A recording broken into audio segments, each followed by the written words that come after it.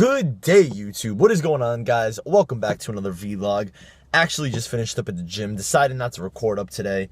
I was going to, but I was like, you know what, man? We've already done on a few of these vlogs a good amount of working out. I do want to have like one vlog where it's just like a straight up workout and we kind of go through routine and all these different sets and whatnot. By the way, shout out to the Discord shirt. Got the Discord shirt on, you know what it is. But had a pretty good workout. You know, I just actually came off a back injury about a week ago, so starting to feel good. I tested the waters yesterday. We hit a little bit of chest. Today I just did some back. Feeling great though. Did 40 minutes of cardio. Absolutely slaughtered it, but I'm ready. So today, in today's vlog, we're gonna be doing something that there's been a lot of chatter about on the streets, and we're gonna confirm what needs to be confirmed. There's a debate, and the debate is, it's one of the,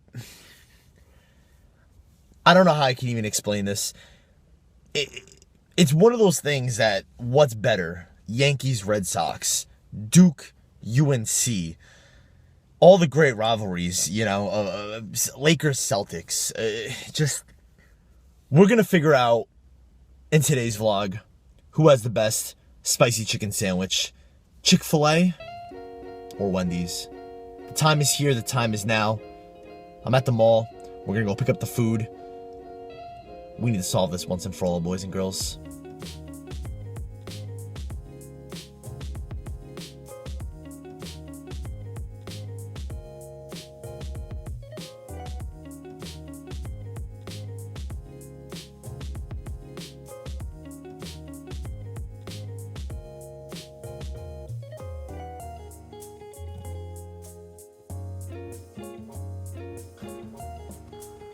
What is going on, guys?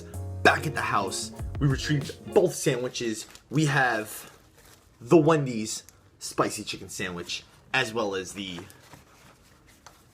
Chick-fil-A spicy chicken sandwich.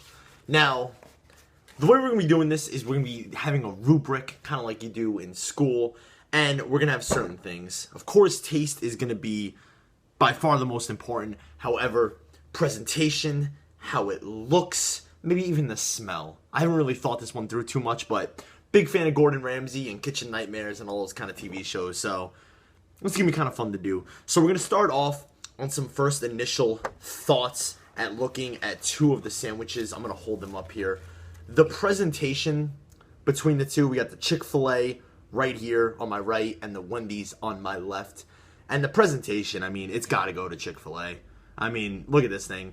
The lettuce looks nice and green and just beautiful. And look at Wendy's. It's like, I don't understand. Was a rabbit nibbling on this? Like, there's just no care. There's no love. Like, I look at this sandwich and I see love. I see determination. I see a dream put together. I look at this Wendy's sandwich and I know how it tastes. It tastes good, but I mean, disappointed, sloppy. You know what I mean? Lettuce hanging all over the place. Like, I don't even know what to do here.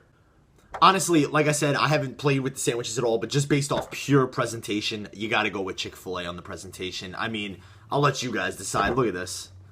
I'll try and spin them around a little bit. The presentation has to go to Chick-fil-A here on my right. It's astonishing. We're gonna open up the buns. We're gonna see what it looks like on the inside. Also, this actually feels like a sturdy sandwich. Look at the top here. It feels like I got a sandwich in my hand. Like, what is this? Look at this. This looks like some beat-ass concoction you get in a school lunch cafeteria. So, honestly, as it pertains to the presentation, we're going to have to go with Chick-fil-A opposed to the Wendy's. Opening up the bun here, we're going to start off with the Wendy's. Give them a chance to redeem themselves. Let's see how we're looking here on the inside of the sandwich. It looks like we got an overdose of mayo. I do like my mayo, thank God. But looks like there is enough mayo here to feed all the cows in Mexico. We have a tomato. Tomato doesn't look bad. This lettuce, I don't really know what's happening with this lettuce, but this lettuce just looks, I don't even know. Oh, and there goes the lettuce. Moving on to the Chick-fil-A. We're going to try and crack the bun here. Looking very clean. We got a nice little cheese on the sandwich. We got two tomatoes opposed to the one looking like a smaller tomato, and that lettuce, man. Like I said, I typically am not a big fan of the lettuce on the spicy chicken. However, I don't mind it whatsoever. As it pertains to the inside of sandwich, we're going to have to once again go with the Chick-fil-A chicken sandwich opposed to the Wendy's chicken sandwich. The Chick-fil-A, It's just beautiful. It's gorgeous. Alright guys, I'm not even gonna lie, I'm absolutely starving right now. Chick-fil-A has won the presentation. I haven't taken a bite out of either of the sandwiches. We're gonna start off with a bite from Chick-fil-A. This thing looks beautiful. I wanna get my teeth into it and see how it tastes. This is the most important part of the test, and we're gonna see how this goes. So this is gonna be the Chick-fil-A sandwich. Mmm. Mmm.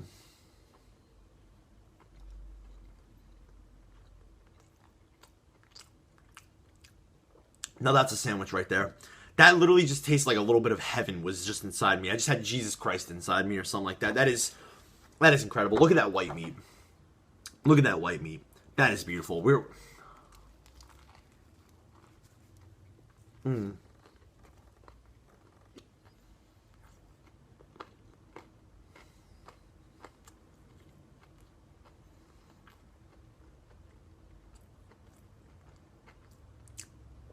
That is absolutely beautiful. That is absolutely beautiful. Chick-fil-A is just raising the standard right now. That is absolutely beautiful. That's got to be a near 10 out of 10. I mean, I don't know. We'll see what the Wendy's is. We'll see if Wendy's raises it, but that's got to be, that was amazing. That was literally amazing, but we're going to try the Wendy's sandwich now, guys. Let's see how this goes. I don't even know where to start. We'll start over here, right back here.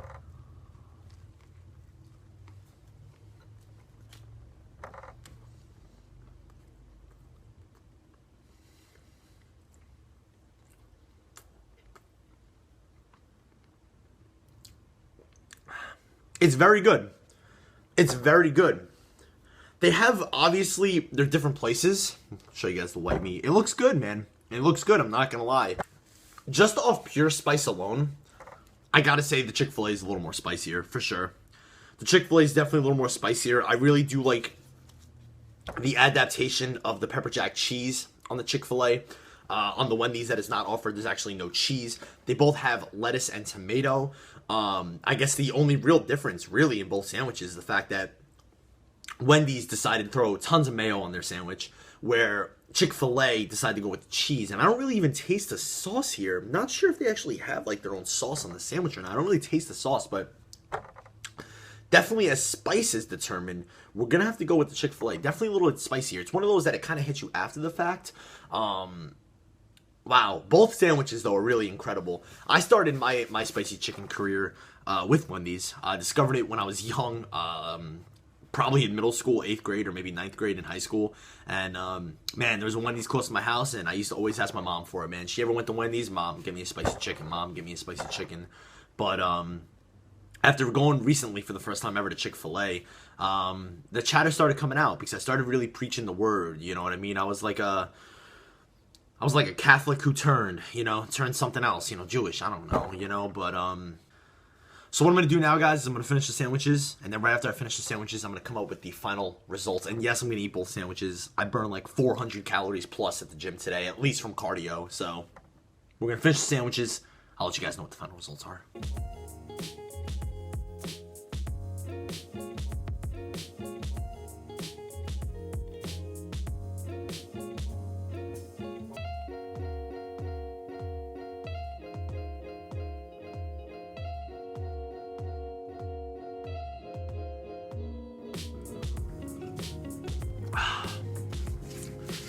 So I just finished both sandwiches, Chick-fil-A and the Wendy's sandwich. And I don't think you go wrong either way, to tell you the honest to God truth. Both sandwiches are pretty damn incredible, to say the least. That was the first time I've ever done that ever in my life, was to have two spicy chicken sandwiches at the same time. I was absolutely starving, like I said, from my workout. But now we figure out which one is the best sandwich. Honestly, it's tough to say here, but I think we have to give the edge to Chick-fil-A on this one. I think it's the combination of the presentation, the sex appeal of the sandwich, and the piece of chicken that was given. That's not a slight to Wendy's. That's not like Wendy's is terrible or not good or whatever the case may be. Wendy's chicken sandwich is still phenomenal. If I was to grade both of the sandwiches, I would have to give Chick-fil-A a 9.5 out of 10. and Wendy's about an 8 or an 8.5 out of 10. I just feel like, as it pertains to the standards, Chick-fil-A has higher standards, as you can see there with the sandwiches. I mean, you saw both sandwiches in hand. I mean, if I was to ask every single one of you guys, without knowing what was what, which sandwich, Chick-fil-A looked a lot more substantial opposed to the Wendy's sandwich. And I think that's going to be the final grades. We're going to go 9 out of 10 for Chick-fil-A and 8 out of 10 for Wendy's. You can't go wrong either way. If you got a Wendy's by you, try the spicy chicken. If you got a Chick-fil-A, get the spicy chicken. Both phenomenal sandwiches. But as it pertains to the spicy chicken debate, I don't want to hear the kids on the street anymore. I don't want to hear the rumors. Chick-fil-A spicy chicken sandwich, that's a wrap. Best sandwich in the game. Don't add. Also, real quick, guys, I want you to put in the comments. Also, guys, real quick, I just want you to put in the comments down below, what do you guys think? Do you guys like the spicy chicken from Wendy's better or the one from Chick-fil-A better? If you've had them both, if you tried one or the other, let me know what you guys think. Also, real quick, at the time this video posts, probably for about a week, I'm going to have the poll up on my Twitter. It's probably going to be the pinned tweet as well. So if you want to go over to my Twitter, I'm going to put the link in the description down below and go vote on the Twitter poll. We can kind of see what the people see. A lot of you guys know how much I like my NBA basketball, especially the playoffs. So I decided we should put our money where our mouth is. I mean, we're not gambling, but we should put it all out there on the line before the playoffs actually start. Pick who's gonna go where, how many games, and see how close we get, guys. I found this little bracket thing. I just Googled fillable NBA bracket. I'm going to put the link in the description. What I want you guys to do, if you guys are basketball fans, if you guys are not basketball fans, I want you guys to fill out a bracket and then screenshot it. Put it in the YouTube comments down below if you want. Or you can tweet it at me. My Twitter handle is the V5AT, the vlogsat. So you can do one or the other, or do both. So I want to see how many brackets you guys have. I want to see how close we get. And a little advice: if I'm not the winner and someone beats me, maybe, just maybe, I'll give you mod status. I mean, I don't know how we'll do it because I do want to see if you can get the games correctly and how close it is. Maybe I'll give points for certain things. But I thought this would be a really cool idea because we've never done anything like this. I've always wanted to do some kind of fantasy league with you guys. I haven't done it yet, but I thought this would be really cool going into the NBA playoffs, which obviously starts tomorrow. So I'm going to go in real quick. I'm going to go through a little bit. I'm not going to go through too much analysis because obviously tons of things going on here. We're going to start off in the Western Conference, though. On the top left, we got the number 1 seed, the Golden State Warriors, versus the number 8 seed, Portland Trailblazers. I don't think the Trailblazers have an absolute chance in the world. I think Golden State's just going to run through them. They end the season on such a high note, and I think they're going to continue that going into that series. The Blazers don't really play a lot of defense between Damian Lillard and CJ, so I just feel like, honestly, it's probably going to be a cakewalk for the Warriors in the first round, which it typically is for a 1 seed versus an 8 seed typically. Moving on, we're just going to go straight down, and then we'll get to the Eastern Conference. We got the number 4 seed Los Angeles Clippers versus the number 5 seed Utah Jazz. Really intriguing matchup. The Jazz are a really nice young team. I'm a big fan of Gordon Hayward since his Butler days with Brad Stevens, who's now the Celtics head coach, obviously. The Clippers are that team that's never taken that next step. This is kind of what the Clippers have been and kind of always are being. So I'm actually going to say the Clippers are going to win this series. I don't think they're going to lose in the first round. Whether or not they continue to advance after that, I mean, we'll see. I mean, you guys can see the predictions right there. But I do believe that the Clippers will win this series in 6. I think the Jazz are young. I just don't think the Jazz can match up so much with the Clippers. And I think CP3, whenever you have the best player on the court in CP3 or like a LeBron or, KD or, whatever the case may be, I think you do have an edge in that perspective. It's just like you'd rather go to war with a guy like Kobe Bryant opposed to not having a guy like Kobe, when you got someone who's a killer. CP3 doesn't have the best postseason resume, but I do think the Clippers will beat the Jazz in that series. Going right underneath that is the Houston Rockets and the OKC Thunder. There are some teams that I just don't believe in, and we're going to talk about that more in later matchups, but I do think the Rockets will win the series. I'm a big fan of Mike D'Antoni. He coached the Knicks for a little bit. I didn't really mind him as a coach, although I knew D'Antoni's one of those, how we like to call a one-trick pony. He needs like the perfect roster. When he had the Steve Nash days, it was game over for the league. When he had, now when he has James Harden, game over. He wasn't a very good coach in Los Angeles. He wasn't a good coach in New York. But if he has the right roster, he can absolutely coach with anybody. Problem is they don't play a lot of defense. I do think they beat the Thunder. I think it's an intriguing matchup. I am going to say this series goes 7. And I give the edge to the Rockets just because I think they are way more talented outside of Harden opposed to OKC's team with Westbrook around him. So we're going to say Rockets in 7. And then closing out the Western Conference for the first rounds, we got the San Antonio Spurs at the 2 seed versus the number 7 seed Memphis Grizzlies. I was originally going to say this series goes 7. I ended up dropping it to 6 because apparently Tony Allen is supposed to be out. I don't think they have like a full ETA of when he could come back, but I think it's likely that he'll be out for the whole first round. I think that is a big swing. I think Memphis and San Antonio, if you guys don't remember, Memphis did actually eliminate San Antonio as a number 1 seed when San Antonio was a 1 seed and Memphis was an 8 seed back in 2011. I think it's a tough matchup. I've always liked that Memphis team. Unfortunately, I don't think there's enough firing power there. I think Kawhi is the difference. I think the Spurs end up winning that series, and I think it goes 6. I think if there was a healthy Tony Allen, that series could go 7. I still think it could go 7, but I do think the series is going to wrap up in 6 there. So moving on to the Eastern Conference, we're going to look at the top right, and this is one of those, man. A lot of people always say you go chalk in these things, which basically means you should typically pick the higher seed over the lower seed, especially if it's a big discrepancy. Like a 4 and a 5, obviously, that can kind of go either way, but a 1 and an 8, a 1 typically 99% of the time dominates an 8. However, this year is a little different. The Eastern Conference isn't necessarily super weak. Cleveland Cavaliers really fell off after the All-Star break and really fell back from the pack. If you look at the total win total this year, the Celtics had 53 wins. If this would have been last year, 53 wins would have gotten them the 3rd seed in the East. This year just happened to be the 1st seed because the Cavs finished the final, 26 games at 500 or something ridiculous. We'll talk more about the Cavs obviously later, but I do not believe in the Celtics whatsoever. I love Isaiah Thomas. I really liked him a lot with Sacramento. If you ever look at the history of the league, players, especially as small as Isaiah's about 5'10", they typically don't do that great in postseason basketball due to the fact of the physicality of the game.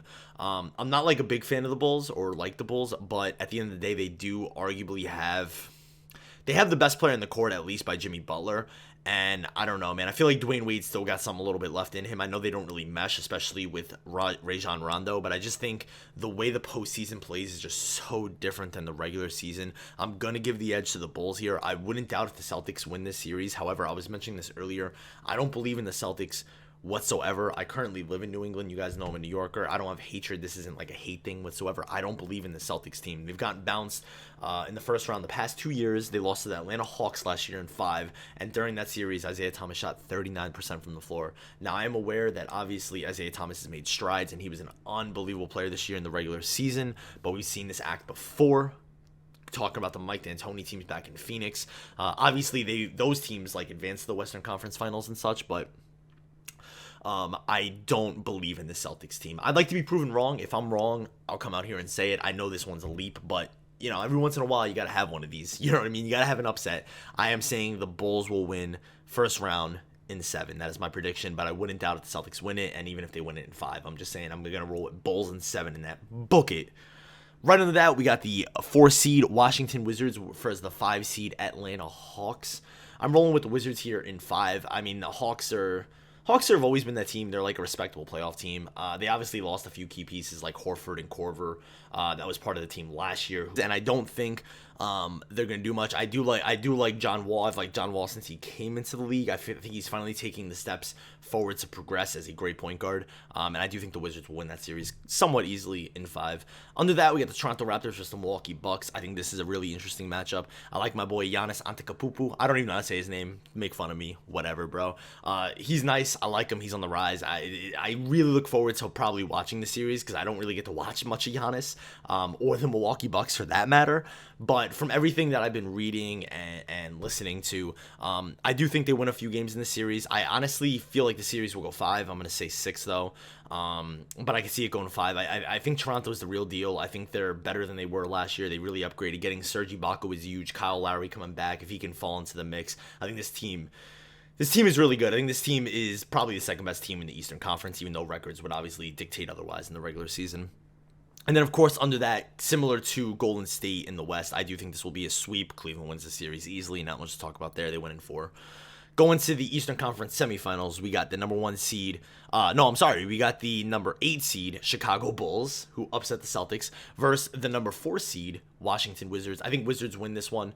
I think they win in 5. I could see this going 6, but I just think, once again, I think the Wizards just kind of overpower the Celtics. I think, honestly, if you look at the hierarchy of the Eastern Conference, I would say it's the Cavs, Raptors, Wizards, Celtics in that order, at least the way postseason basketball plays. So I do think the Wizards are much better than the Celtics, personally, and I do think the Wizards beat the Bulls there.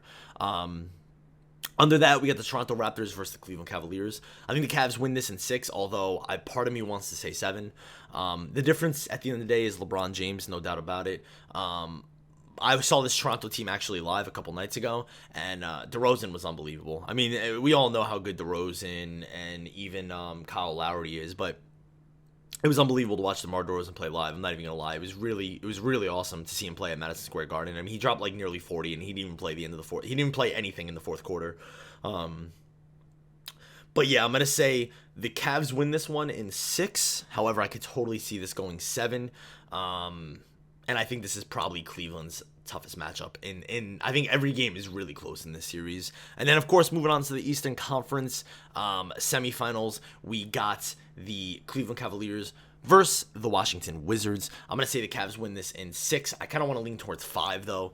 This isn't like the Toronto series where I'm like saying 6, but I could see it 7. This is more like 6 or 5. I just think the big thing about postseason basketball, and not necessarily in basketball, football is the same way, but it's all about matchups. It's who you match up with, and it's the personnel per team. And I think the Raptors match up a little bit better with the Cavs, opposed to the Wizards matching up with the Cavs. I'm going to say the series goes 6, but I can see it really going 5.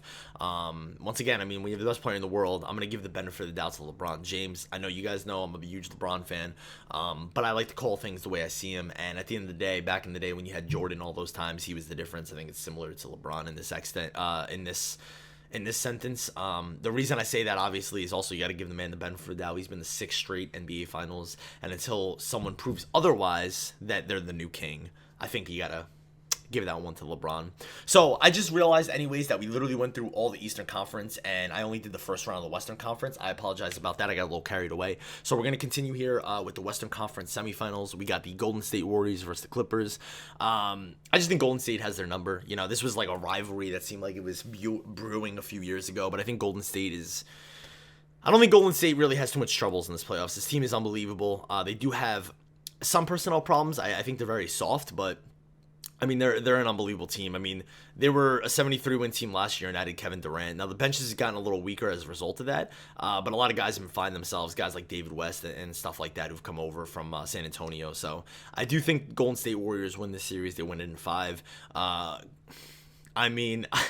I would like to see this series go 7. I think that'd be really awesome, but it's basically the exact reverse thing that I said about the Cavs and LeBron James. LeBron has proved it over and over again. You're going to give him the benefit of the doubt. If the Clippers have proved anything from these years, is that the Clippers prove that they can't take that next step, and they just won't take that next step. I really hope they do. It'd be interesting to see them challenge them and go 7 or even maybe beat them, even though I don't know if that'd be good for the league. But I think history shows itself. I do think the Clippers lose again, and that team needs to really change, honestly. And then underneath that, we got the Rockets and the Spurs. I was actually originally thinking about choosing the Thunder over the Rockets, but I just think the Rockets have too much talent over the Thunder.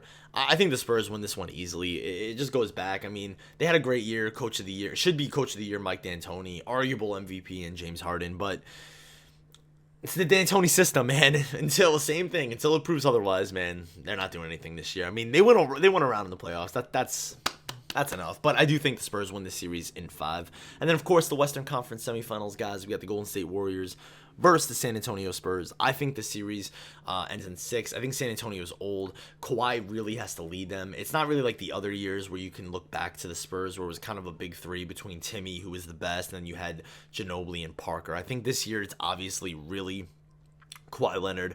I think Parker and Ginobili have seen their age. Aldridge is obviously a really nice piece. Gasol was a great pickup, but I just don't think it's enough. A few weeks back, or maybe even a month or two back, I was thinking about potentially, man, the Spurs could win this thing. You know, they could, like, having a rooting interest for the Cavs, but not really having that, like, shade my picks at all, because I like to try and see things the way I see them.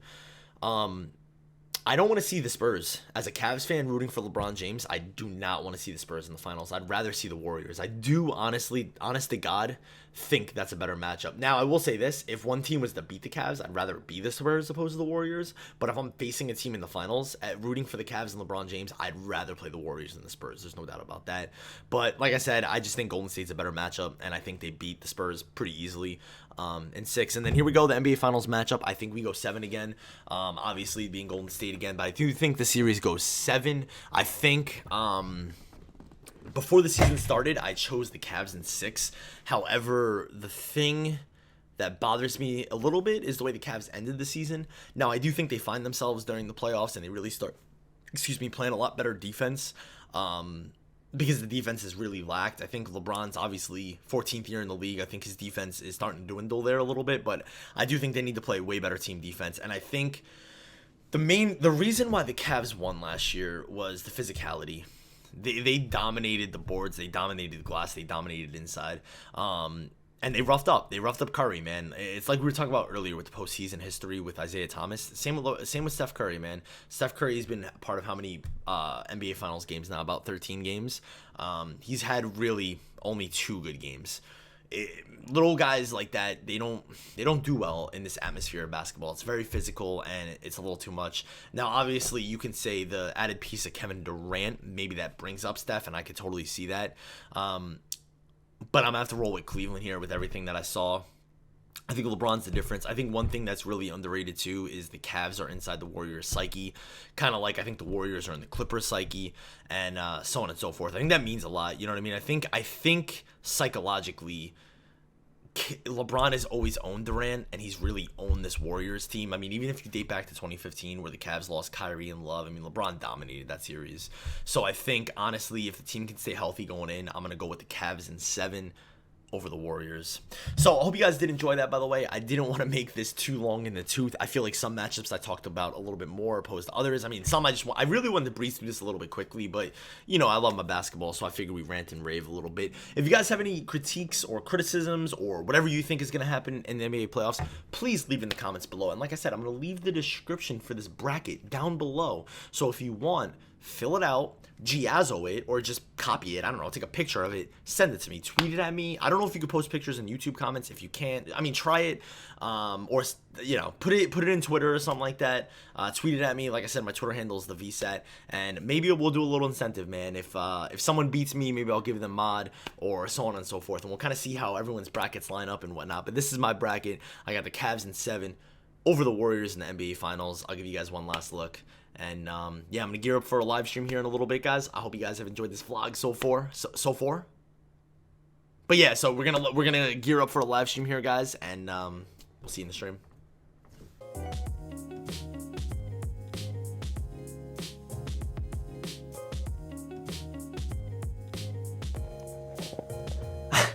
Alright guys, that is going to wrap up tonight's live stream. I hope you guys did enjoy the stream if you were watching, and this vlog, but we're going to wrap up this vlog here as well, guys. I thought that'd be cool to do a little time lapse of the stream, because obviously pretty much all my days, every single day, consist of me live streaming. So guys, hope you guys did enjoy the vlog. I'm super tired, man. We stayed up way too late tonight, guys, but hope you guys did enjoy the vlog. If you guys did, please be sure to leave a thumbs up, leave a comment. I do like reading and responding to pretty much every single comment, and guys, we'll see you guys in the next one. Peace.